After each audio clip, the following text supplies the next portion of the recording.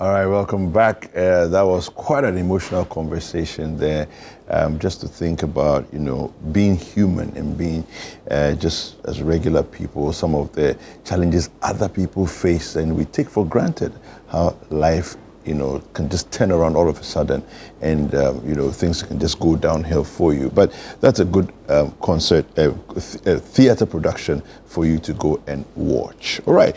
Well, we're getting to another conversation, and at the beginning of the show, I was talking about how it's important for your wealth purposes to make sure that you always maintain good health.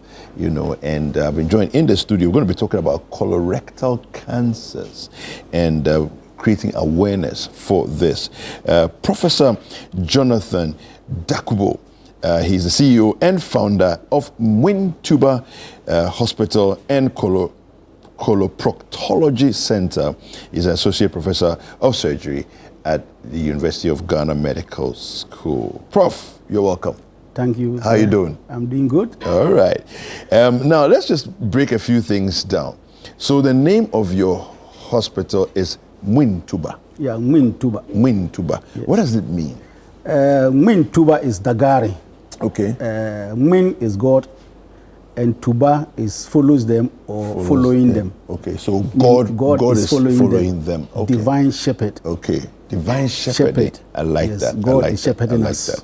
I like that. All right, so we're talking about colorectal cancer. In terms of cancers, where does this one place? When you talk about maybe its impact on people's lives, how frequently it appears in public and all of that. Yeah, globally, you look at all cancers of the body: prostate cancer, breast cancer, cancer of the stomach, cancer of the colon, skin, etc. Cancers of the colon are the third. Okay. Wow. Commonest cancers in the world. Wow. But they're the second cause of cancer death. Wow. Okay. So as of today, we see about 1.8 million new cancers every year, and about 900,000 people die of colorectal cancers every year. I see. So it is a very serious disease that we should tackle.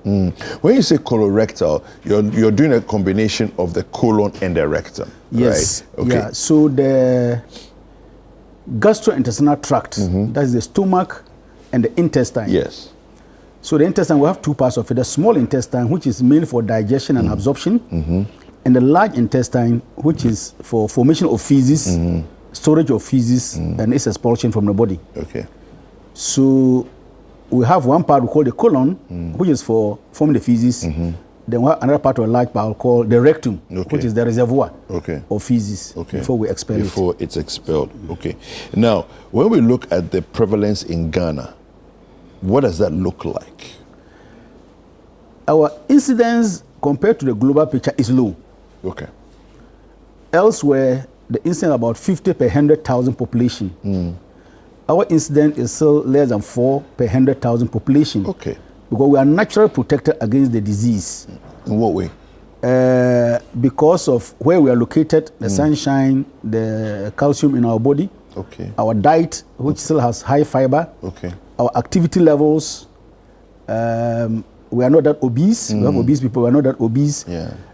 So we are protected in a way against and our colon health. We don't have precancerous diseases among us. So our incidence is low. Okay. However, when somebody gets the disease, it's 100% on the person. Wow. Yes. Your risk of getting the disease may be 4 per 100,000 population. Yeah. But once you get the disease, it's 100% on you.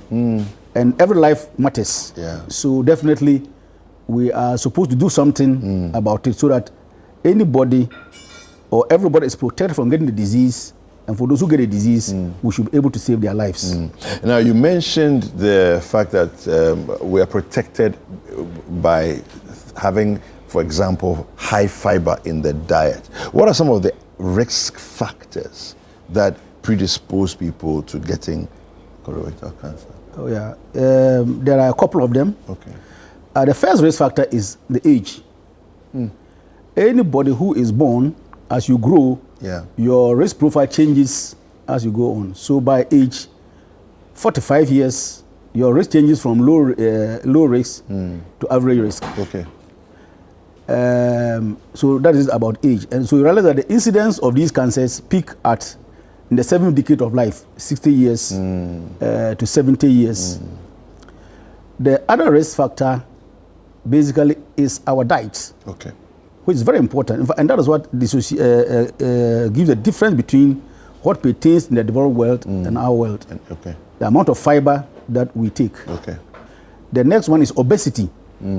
Obesity is a very major risk factor. So in the colorectal program, we also added obesity surgeries to it. Okay. So that those who are obese, we can do something for them to reduce their weight. Then we have abuse of substances, alcohol, tobacco, and a lack of exercise. But lack of exercise is, in fact, we're very protected, but now the many of us are moving around in motorized vehicles. Yeah.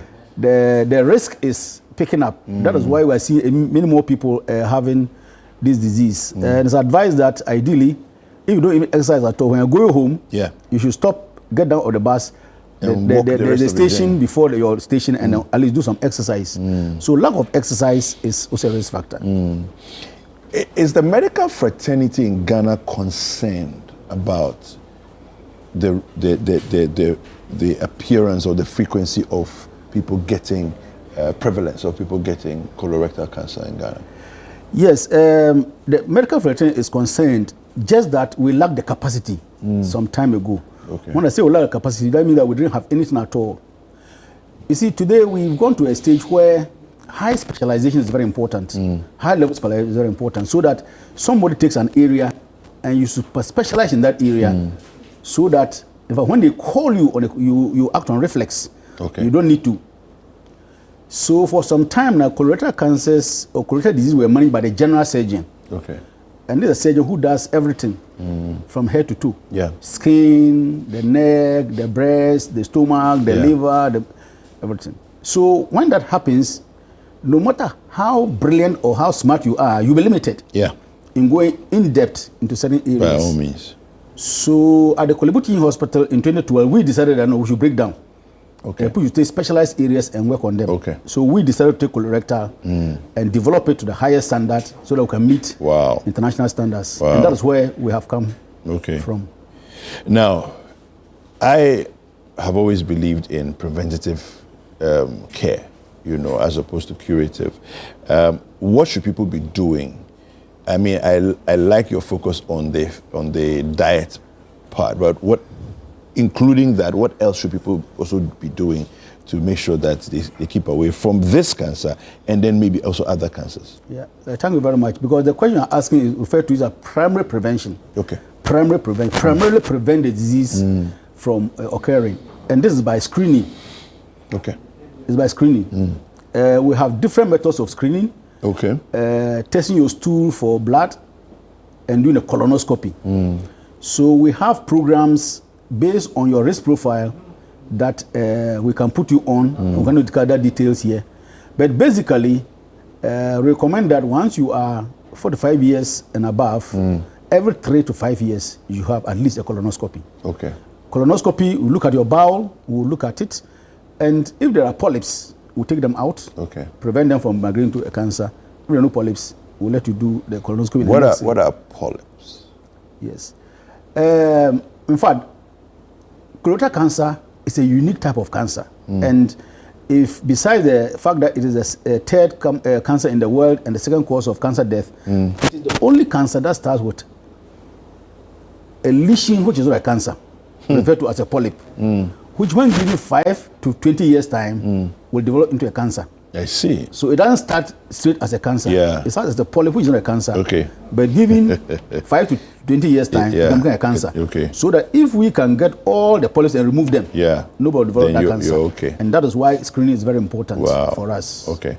Let's talk about Mwintuba and the facilities you have and the treatment options that are available to anybody that is suffering from this. Yes. Mwintuba Hospital was established with the concept of having a hospital which has almost everything to cure colorectal diseases effectively. Okay. besides the logistics, infrastructure, and manpower. And I have been very keen in training the younger people to take up.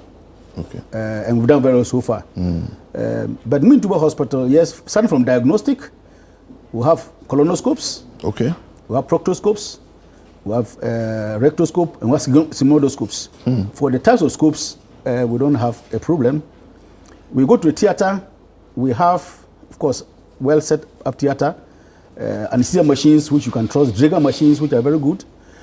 For the anal surgery, we have the laser machine, we have the ligature machine, we have all the staplers, types of staplers that we can do. And we just installed our laparoscopy tower too. Oh, so robotic?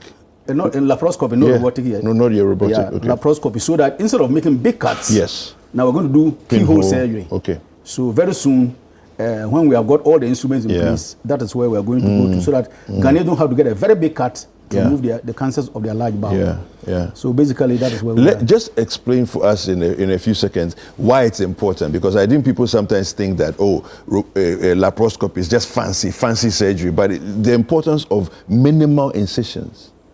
Yes, you see, when we perform surgery on you, your recovery is dependent on your body. It's your body that's going to recover. And many factors go into the recovery, and that is your metabolic reserves, your physiological reserves, immune reserves, and all those things. So anytime we make a big cut on your abdomen, abdomen alone, it takes a lot of toll on you. Not where the surgery was done. But the abdominal incision alone, the pain will trigger what we refer to as metabolic response, and that's why people grow lean after surgery. But they draw on their energy reserves to recover. But if you do keyhole surgery, the wounds in the abdomen are less. The pain is less, and the recovery is fast. So the instead of staying in the hospital for 10 days, 3-4 days, you are home, you are back in your environment, and that is what we are advocating. Don't take people away from their comfort zone into a hospital just because of illness. Return them in the shortest possible time. Wonderful. Well, thank you for speaking to us. How do people get in touch with you?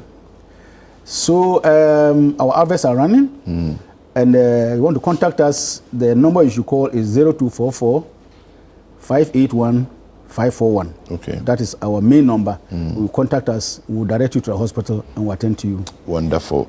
We've been speaking with Prof. Jonathan Dakubo. He is the CEO and founder for Tuba Hospital and Coloproctology Center. He's an associate professor of surgery with the University of Ghana Medical School. The entire studio has been filled with an aroma of We're looking forward to the next segment. It's all about food. You don't want to miss it. We'll be right back.